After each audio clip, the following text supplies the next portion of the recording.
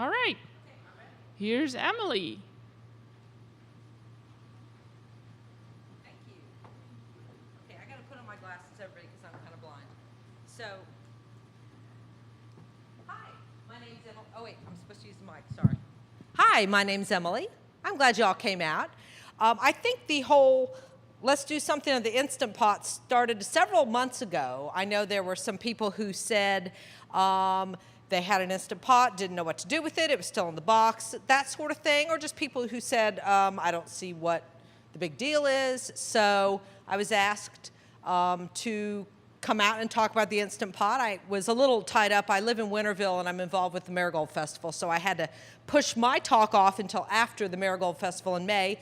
But I'm here, and I'm honored to be here for you all tonight. So let me see. Okay, next slide, please. So titled this, I've been living under a rock. What is an Instant Pot? Is anybody here who has never heard about the Instant Pot? You haven't. You have so much you're going to find out tonight then. That's awesome. Okay, now who all here has an Instant Pot? A few of you? Okay, great.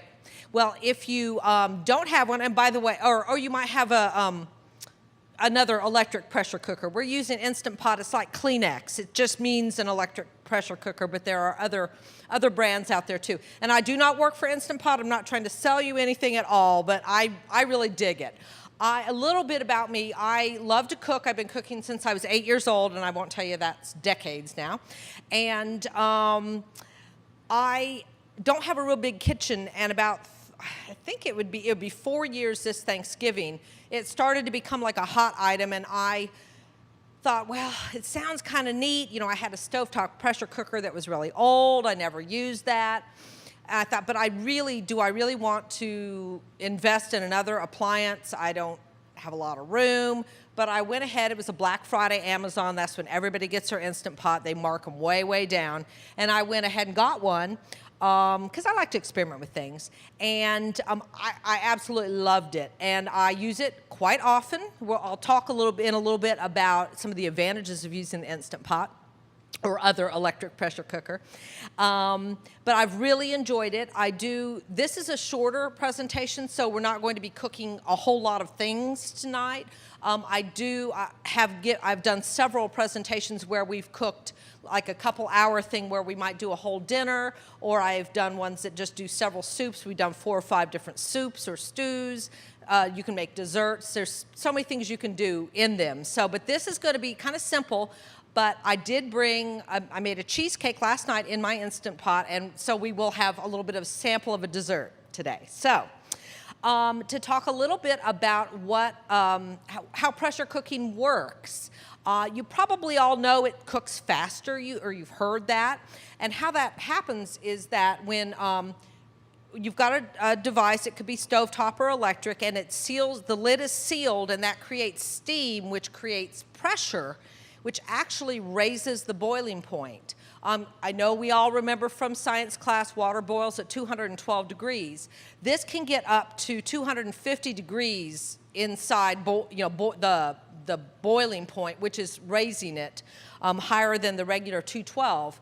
So things cook faster, and it actually forces liquid into solids, which again cooks faster and also tenderizes meats or even vegetables, potatoes, dense vegetables like that, really get more tender in the Instant Pot. Next slide, please. So I promised I would tell you about the benefits of pressure cooking. Our dear host wondered, she's on the fence still, about what the benefit is. It definitely uses less energy than heating up your whole oven, or perhaps even the stovetop. That's probably a little negligible between the stovetop and the electric appliance. This time of the year, it doesn't heat up your kitchen. That's fabulous. Who wants to heat up your kitchen, right? It's been a little hot. It is totally hands-off cooking. You can do multiple steps here, but you're going to do this and set it aside. If you have something on the stovetop, you might need to go back and stir it and things like that. That's eliminated with this type of a device. You don't have to do a thing. And I have a little caveat here, quicker in many cases. A lot of the things I hear from people, well, it took so long to come to pressure, it really didn't save that much time.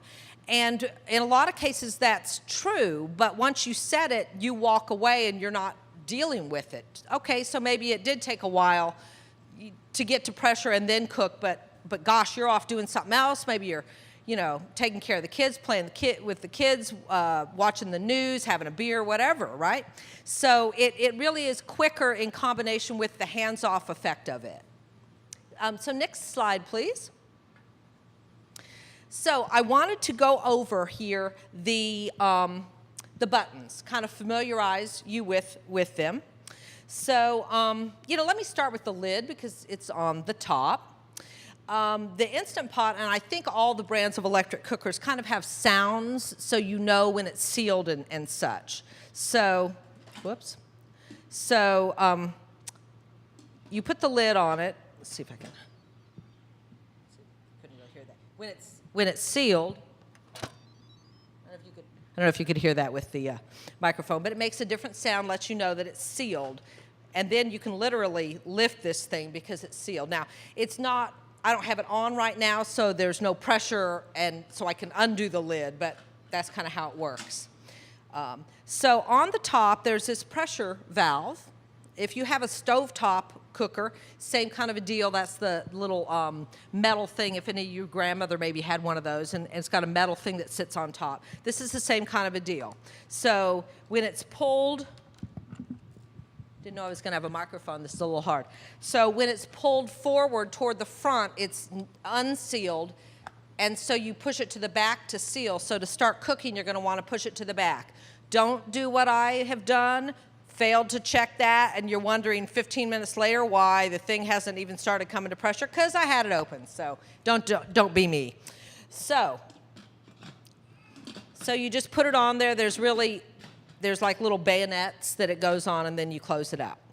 So looking at the buttons, now there are several different models, so you can get different ones that have even more buttons and things like that. But they all generally have these buttons here. It says soup, meat and stew, beans and chili, poultry, rice, those sort of things. Personally, I don't really use these pre-programmed things, but if you were doing a recipe and didn't know where to start and you're making a soup, just press the soup button and it's going to figure out what the amount of time that would be needed for that.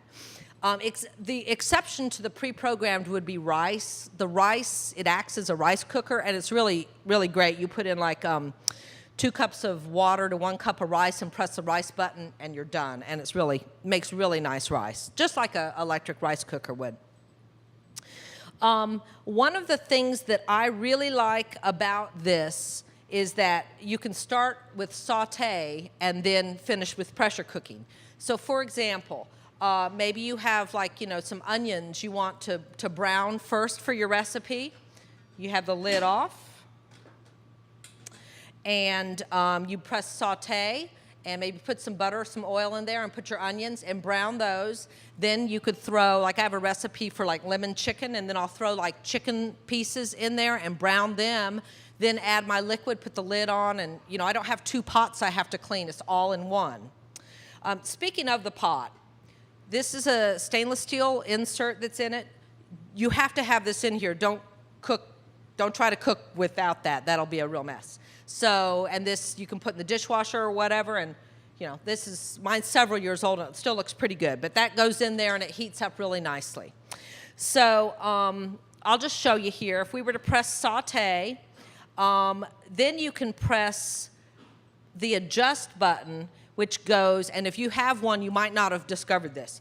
The adjust makes it from the middle saute temperature, like the middle, medium on your stove, to, oops, didn't go fast. Adjust brings it up to high temperature if you're trying to brown some chicken and want to cook it faster. And then one more time, and that's lower if you were sauteing something that you didn't want to cook too fast, just like high, medium, and low on your burner on your stove. So the saute button in conjunction with the adjust button does change your temperature of the saute. The other couple buttons here. I mentioned I don't really use the pre-programmed buttons much at all. And if you were looking at a recipe that you found online or in a cookbook, a pressure cooking book, it'll often say cook on high pressure for 10 minutes or something like that. They tend to tell you in minutes. So how you work this with minutes is you hit the manual button when you're maybe you're done sauteing or you just put things straight in. You hit the manual button. It defaults to 30 minutes, and you use the plus and minus buttons to go down to whatever length of time you want it to be, up or down. There's also a button that adjusts from low pressure to high pressure. You'll almost always just use high pressure, but there is a low pressure option if you wanted like soft boiled eggs or something you didn't want to cook too hard, you might go to low pressure. And just this weekend, I made some green beans and I did them on low pressure. Just because I found something online real quick. I just had some beans and wanted to figure out what to do with them. And it actually said low pressure. And 5 minutes on low pressure made those green beans really good. So that's basically what all the buttons are. There's yogurt. I've never made yogurt, but you can if you've ever made yogurt. If you have a yogurt maker, this would supposedly replace that. So the first thing I want to do, since we are not really going to be cooking a meal here, I did want to kind of demonstrate, let you get a feel for this. So we're going to cook some water, okay? So you always need about a cup of liquid, at least a cup of liquid, okay? Don't cook anything without liquid. First of all, well, it'll probably burn, but also you can't get steam if you don't have some sort of liquid. Now, it doesn't have to be water. You could use, chicken broth, vegetable broth, barbecue sauce. It doesn't even have to be thin, but as long as it's got something with some liquid in it. So we're going to start. I just throw a cup of water in there. Put my lid on, make sure my pressure button is to the back. I'm just going to go ahead and make this just for a couple minutes. So let it go all the way down here. We're just going to cook this. Well, I think 3 minutes is long enough for water, don't you think? That should be good and done by then. So when I get to the minutes that I want, I'm going to stop. In just a second, it's going to, okay, it's on. Now, it's not up to pressure yet. Right now, I could open this lid, but as soon as it gets to pressure, that lid is going to be locked on. So it's very safe. I always hear, oh, my mother was making split pea soup, and her pressure cooker blew up, and there was soup all over the ceiling. But that really can't happen with an electric pressure cooker because of the way it locks, okay? So I've heard every story that there is with pressure cooker disasters. A couple things about the pressure cooker on the inside. There is a fill line. You don't want to overfill it. I'm already saying it can't blow up, but I suppose if you overfilled it, it could. So you don't want to overfill it. If you were doing something like oatmeal that tends to maybe get a little foamy, you even want to go lower than that because you don't want foam coming out of the top. As far as coming to pressure, this is going to take a few minutes to come to pressure because it was just cold water in there. I could have, if what I put in was hot liquid or I sauteed first and put in, did some onions and then some chicken, and that was all warm, the warmer it is, the faster it will come up to pressure. So if I really was in a hurry, I could have turned on saute and let that water boil and then put the lid on and gone from there, and it would come to pressure a lot quicker. One of the things I failed to show you when we were looking at the lid is there's this little drop valve right here next to the top button here, the pressure release. And right now it's down. When this is up to pressure, this is going to come up flat. And then when I'm done cooking my water and we turn it off, we know the pressure is released when that valve drops back down. Again, if you've ever used a stovetop pressure cooker, it's very similar. So, well, while we're waiting for our water to come up to pressure, I want to show you some, I think we need to go to the next slide. Yeah.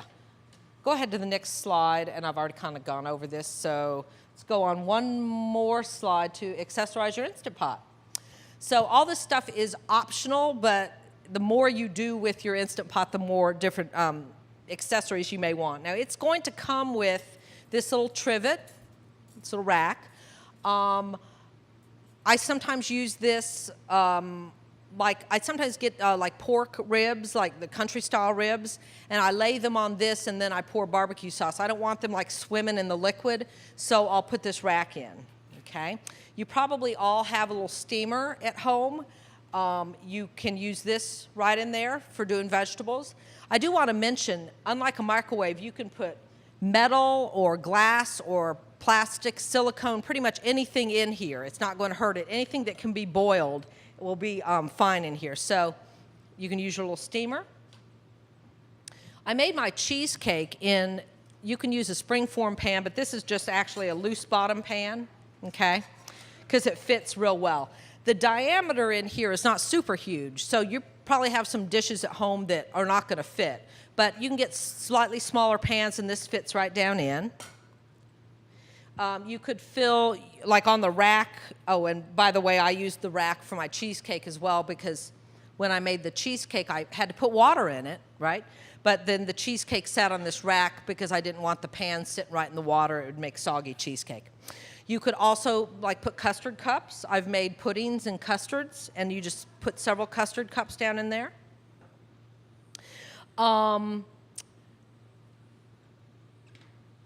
If you're doing something that's real tight to the, as you can imagine, this doesn't have much room. You can make, out of foil, just make these flaps of folded over foil, and then, let me see, I didn't expect the microphone here, so hold on, try to do this. You crisscross those underneath, and that way you can lift out. You can lift out your pot when it's hot, whatever you've got inside there.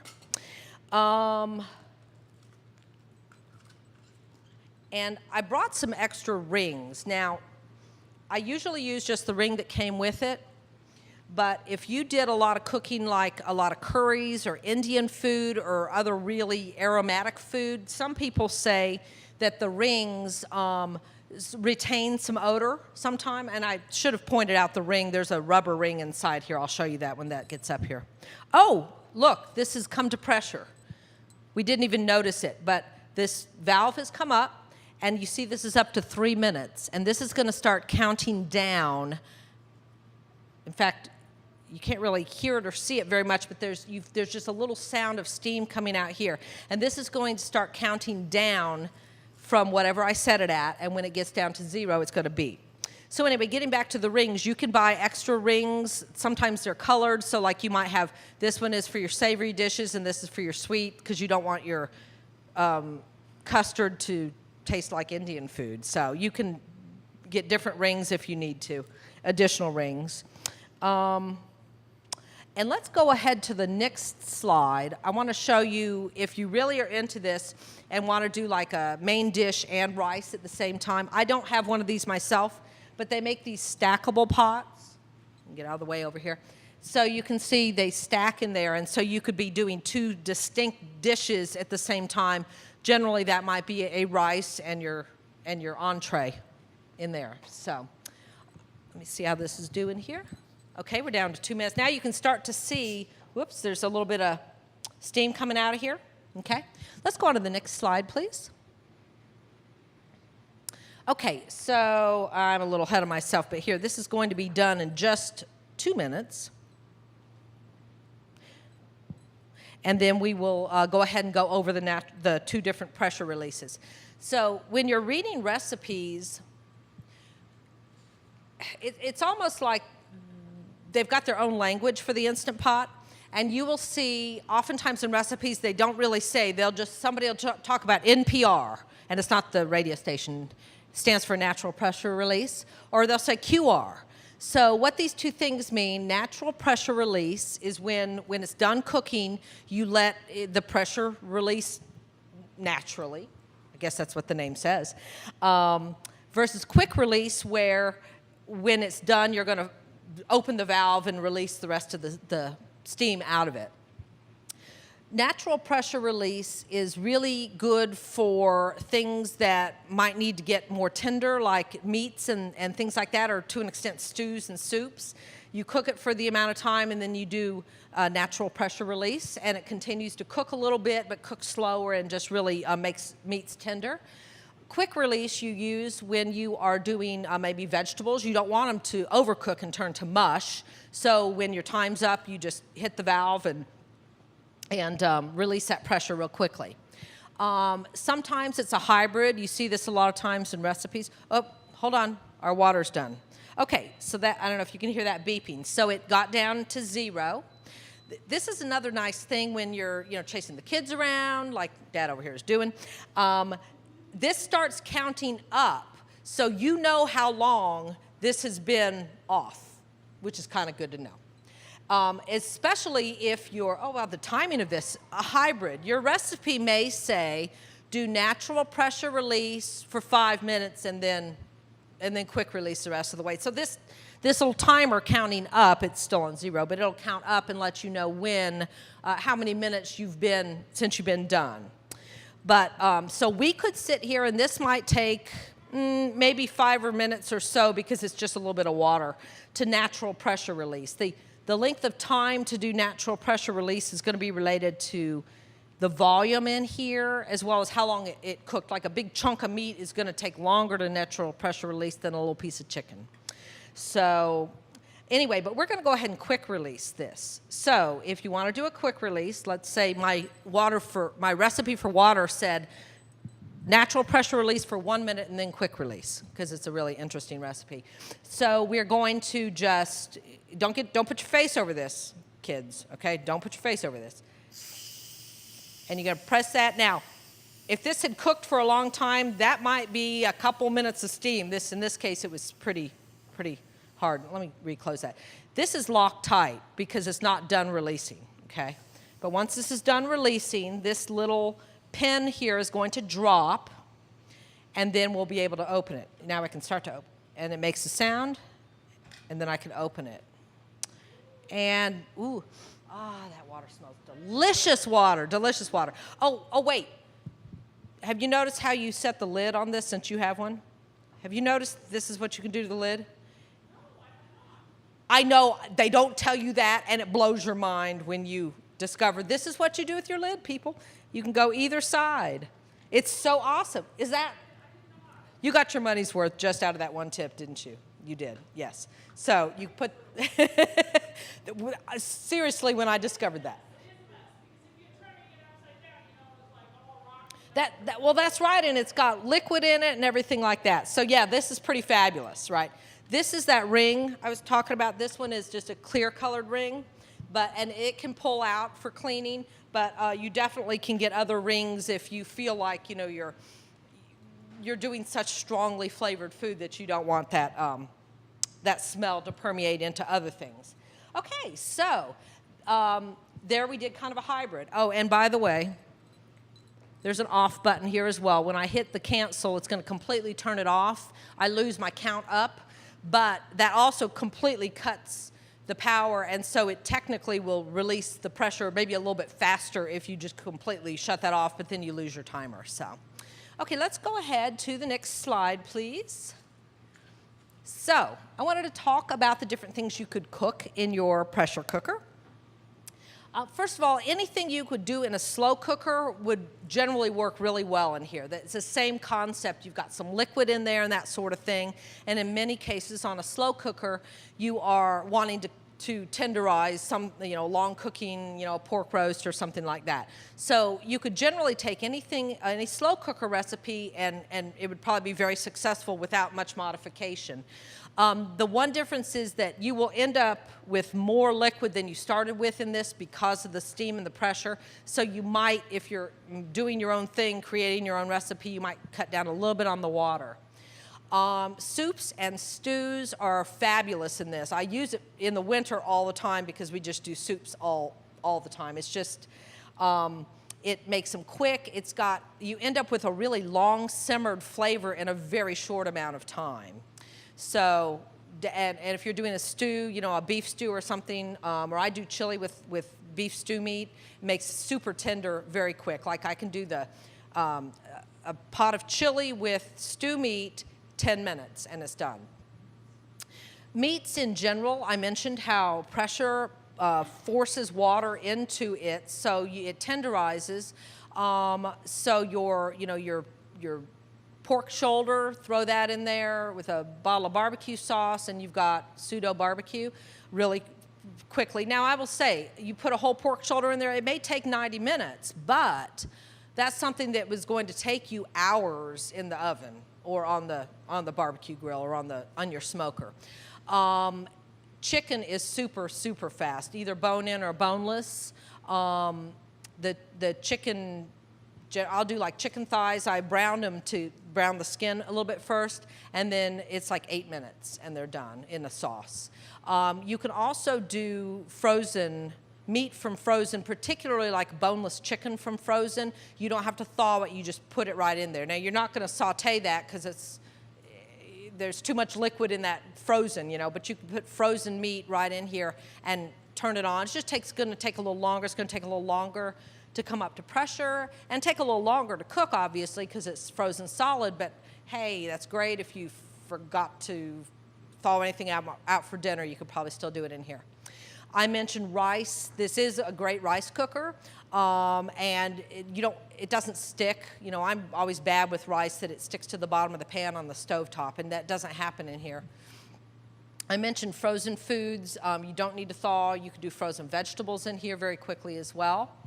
Vegetables in general, this is a great steamer. Okay, it may take a few more minutes. Oh, and one thing on the pressure release I forgot to mention. If you have something you want to steam real quickly, vegetables, you put it in here, you set it for a few minutes, but as soon as it comes up to pressure, you just cancel it. And just the coming up to pressure has basically steamed your vegetables. So for something that you want is kind of crisp, tender. Beans are another good thing. If I'm using real small beans in a soup, I don't even pre-soak them. I'm talking when it's dried beans I'm talking about. Or if you decided you wanted to do a recipe and but it calls for dried beans, or that's all you had and you didn't pre-soak them, you can do a cup of beans to 4 cups of water, 4 minutes on high pressure, and it's like you'd soaked them all night. So that's pretty handy too if you decide you want to do something and without planning ahead. Next slide, please. So a few other things. We'll start to get a little more unusual now. Bone broth is real popular. I've personally never made it, but it's supposed to be a healthy thing. Hard-boiled eggs. I actually almost did that as a demonstration because they're also very easy. Hard-boiled eggs sounds weird because who can't just boil an egg on the stove? But they are super easy to peel when they've been steamed. Who knew? But they work really well. And that's where if you wanted a soft-boiled egg, you might use low pressure. But hard-boiled eggs really work well. Especially if you want to do a bunch, you can put a lot of eggs in this thing. Any desserts that like a steamy preparation. If you've made a cheesecake or custard, a lot of recipes call for you to put like a pan of water in the oven and then you put your cheesecake in. That's because it's trying to create a steamy environment. Well, this is exactly a steamy environment. So it really works well for cheesecakes and custards and things like that. I think the biggest challenge is it doesn't make a super huge cheesecake at a time, but it does a good job. Oatmeal, this has a timer on it. You could set it the night before and let it come on and have your oatmeal ready in the morning. I think particularly steel-cut oats that take a longer time to cook are really great in here because they're a lot quicker. I put yogurt on here. Again, I've never made my own yogurt. It seems like a lot of work, frankly, compared to buying it. But if you're into yogurt, it has a yogurt setting, and all over the internet there's all kinds of recipes for yogurt and tips to make your own yogurt. And then risotto. I've never made risotto in this, but I'm going to try that this summer. No stirring. Has anybody made risotto? You stir and you stir and you stir. So you put it in here and you don't have to stir it. So it's pretty amazing. I do really look forward to trying that. But these are some things I really haven't tried much. So, okay, next slide, please. I'm just going to throw out some super simple recipes especially for you busy moms. I have friends who throw in frozen chicken breasts, a jar of salsa, put the lid on because it's frozen 10 minutes, maybe 6 minutes if it's fresh, and you walk away and you do other things, and then you can shred it up and it's taco filling or just to serve with rice or something like that. Now that double stacker would be really cool if you wanted to do your rice and your chicken at the same time. I do like a pork shoulder, a small piece of pork shoulder. I like to brown it first because I feel like it adds some flavor, and then throw in barbecue sauce. Remember, we need liquid, but it doesn't have to be thin liquid, so jar of barbecue sauce and a piece of pork, and you've got some barbecue you can shred up. I mentioned I had done some green beans over the weekend that actually called for low pressure. I put the green beans in there. I put in a cup of water, just raw green beans, couple tablespoons of butter and some garlic out of the jar, minced garlic, and 5 minutes on low pressure, and they were really, really good. So super quick, super easy things you can do. You can get fancy. You can make cheesecakes, but you also can just throw stuff in and then do other things. You're not tied to the stove. So to me, that is one of the neat things about it. So yeah, it takes time to cook, but you don't have to worry about something boiling over or burning or whatever. So as long as you put water in it. So anyway, I just want to encourage you to not be intimidated if you have one of these and not sure what to do, or just start experimenting. Like, go on the internet and there's all kinds of recipes out there. Find something that you like that you maybe make the other way and say, hey, can I make it? If it's got liquid in it, you can probably make it in a pressure cooker in less time, or at least easier time. So next slide, please. And that is all I had. I'm happy to answer any questions, and then we can try some cheesecake that was made in the Instant Pot. Thank you. Anybody have any questions? Yes? Uh-oh. You have to come up on the stage. Can I just pretend I'm yelling at my cats? Okay. Is it on? Is it doing a thing? I think it's on. Okay. Yeah. Since we're talking shortcuts anyway, you may already know this, but when you shred your chicken and pork and stuff after, did you know you can use a mixer? Like a hand mixer? I did not know that. Instead of shredding Does it work? with forks, you can just the mixer right down in there. Like Hey. with the beaters? Yeah. Very cool. Sorry, I didn't believe anybody when they told me that, but that's Right. true. It seems like it would jam up. No, not even a little bit. Cool. And then secondly, so NPR is kind of automatic, but QR is manual release. Yeah, quick release, but yes. But that you do it, and the machine does the other one. That's correct. If you just let it go, the pressure will, because the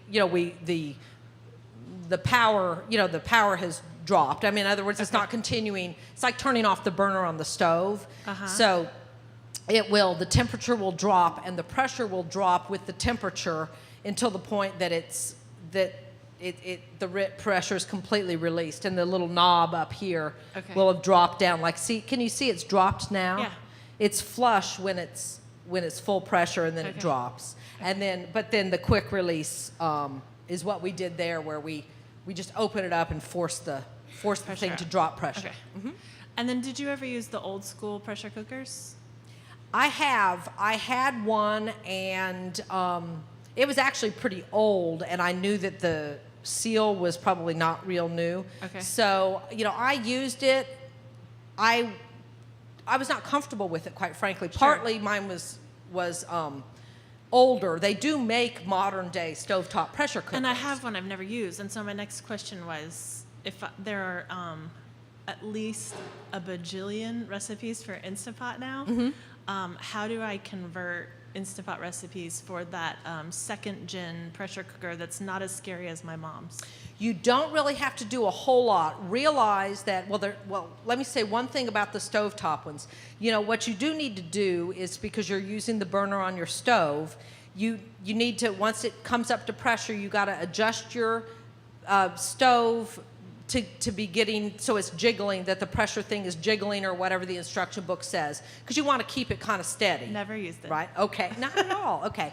But basically, a stovetop pressure cooker will cook at slightly higher PSI. That's pounds per square inch, right? It's like what's in tires, right? Yeah.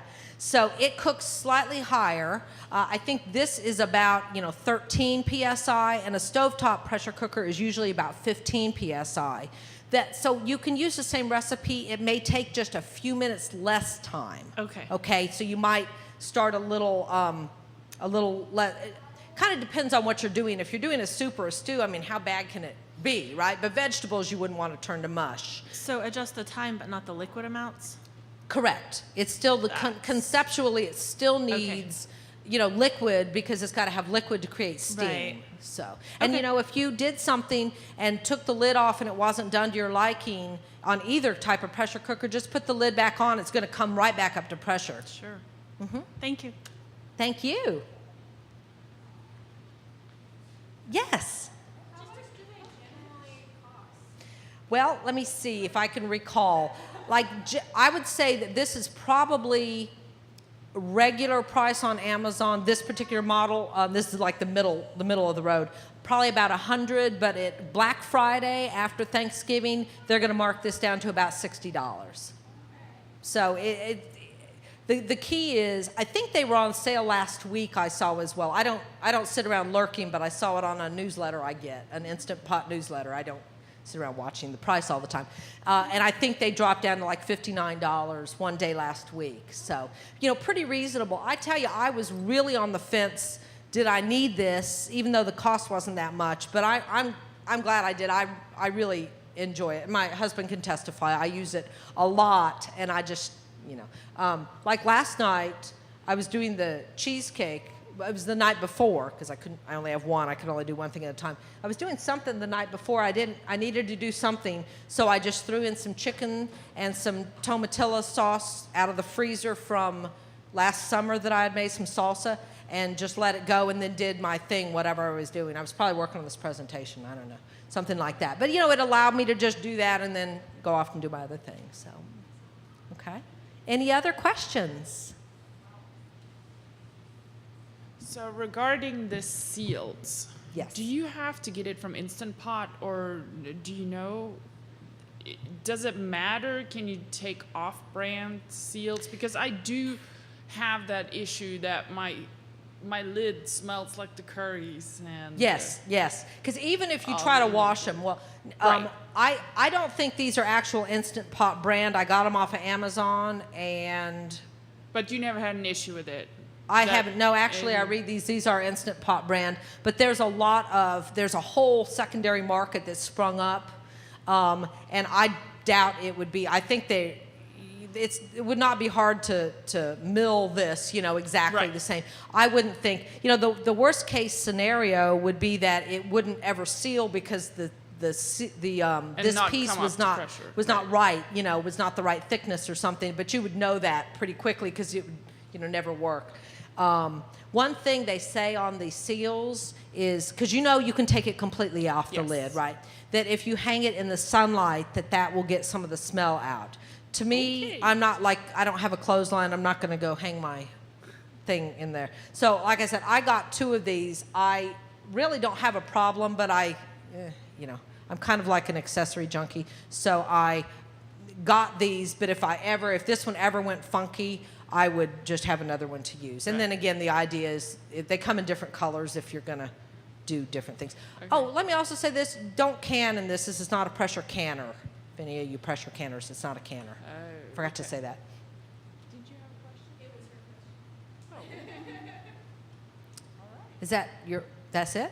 Yeah. You like your making curries in it? I do. We like curries a lot. Uh-huh. I do chilies Mm-hmm. and the soups. Mm-hmm. I have made a butter chicken. You still have to do the rice separately on the stove. Unless you had one of these stacking things that I showed the picture of, though. I don't have one, but that would be kind of cool. So, now a little tip for the rice. I don't have any in my freezer right now, but you could do a big thing of rice and then put the rice in the freezer, and then all you have to do is thaw that bag of rice in the microwave so that you're making your curry or whatever, and then you've got your rice already cooked. Right. So I actually do have a separate rice cooker that joined our family before the Instant Pot. Yes. So it gets preference for the rice. But I really do like it. 2 days ago, I made a chili in 18 minutes. That was pretty cool with ground beef, and it was kind of tasty. Plus, the good thing is you can fill it up the pot, and you can just freeze the leftovers for next time, stick it in a microwave. I have my Instant Pot now less than a year. I do have a very elaborate book for Instant Pot recipes that I have not really used a single time. But the internet is really good. I really like it.